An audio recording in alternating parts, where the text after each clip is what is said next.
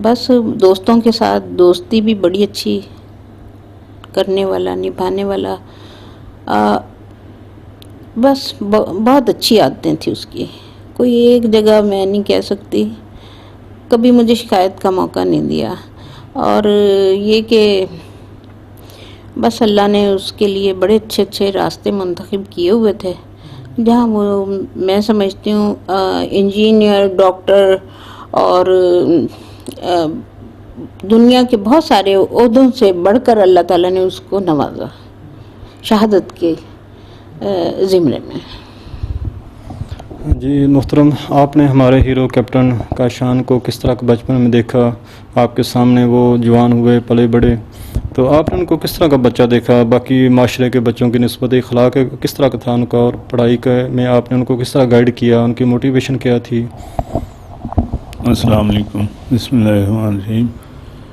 بات یہ ہے کہ وہ بچہ منفرد اس حوالے سے بھی تھا کہ اس نے ہماری دو خواہشات کو بہت احسن طریقے سے پورا کیا. پوری فیملی کی خواہش تھی کہ ہماری فیملی سے کوئی حافظ بن جائے.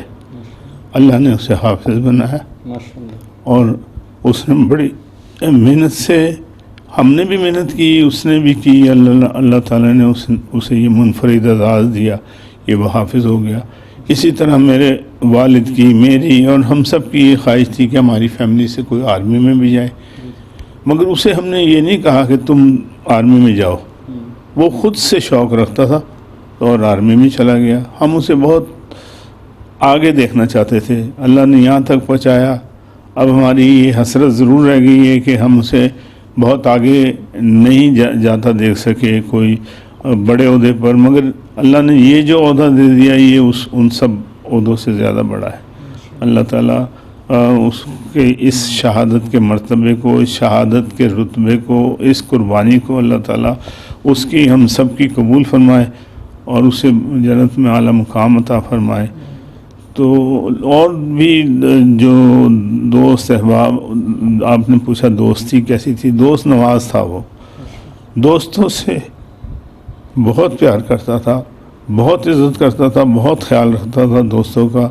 اور بلکہ دوستوں کے حوالے سے مجھ سے ڈانٹ بھی کھاتا تھا.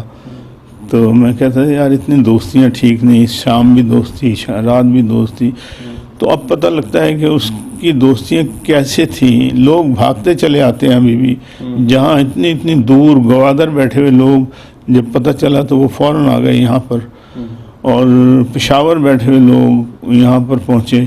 تو اس کی دوستیاں اتنی تھیں. دوستیوں کے علاوہ بھی لوگ اس سے بہت پیار کرتے تھے. وہ کہتے تھے کہ اس کو یہ زخمی جو ہو کر آیا ہے، اس کے باوجود اس نے زخموں کی پرواہ کیے بغیر جب بھی کوئی اس سے ملتا تھا، بڑا یا چھوٹا، تو کہتا تھا کہ بھائی کیا حال ہے، کیسی طبیعت ہے. تو اپنے جسم پر ہاتھ لگا کے کہتا تھا میں اسٹرانگ ہوں، میں بالکل طاقتور ہوں، مجھے کچھ نہیں ہوا، اور میں پھر دوبارہ جاؤں گا وہاں کے حوالے سے بھی لوگ اس کی ابھی تک بہت تعریف کرتے ہیں کہ وہ بڑا نڈر افسر تھا اور بہت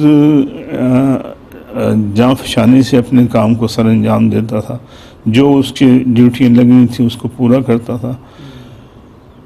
لڑتے لڑتے زخمی ہو گیا، گر گیا، مگر اس کے باوجود وہ اپنے جوانوں کو کمانڈ کرتا رہا. اور جب سامنے جہاں سے فائرنگ ہو رہی تھی، جہاں سے وہ شیلنگ ہو رہی تھی، وہ چوکیاں خاموش نہیں ہو گئی جب تک وہ لڑتا رہا، جب تک اس نے فرسٹ ایڈ بھی نہیں لی. فرسٹ ایڈ بعد میں اس نے لی ہے. اس کے بعد پھر کھاریاں ہسپتال ایڈمٹ رہا 8-10 دن، مگر آفرین ہے اس پر کہ اس نے ہمیں ایک بار نہیں بتایا کہ میں اس طرح زخمی ہوں اور یا میں یہاں ایڈمٹ ہوں. اور پھر خود بہتر ہو گیا، ٹھیک ہو گیا، گاڑی لی اور گھر آ گیا لاہور. اس نے ہمیں پریشان کرنا یا تکلیف دینا بالکل گوارا نہیں کیا. تو بہت منفرد قسم کا بچہ تھا، ایک دوسرے کا خیال کرنے والا، بہن بھائیوں کا خیال کرنے والا، اور اس طرح ہر طرح سے اپنی مرضی سے لباسوں کا انتخاب کرتا تھا. اور یہاں بھی اپنی مرضی سے اللہ کی رضا کے ساتھ لباس کا انتخاب کیا. اپنی بہنوں کو کہا کہ میں سبز پرچم میں آؤں گا،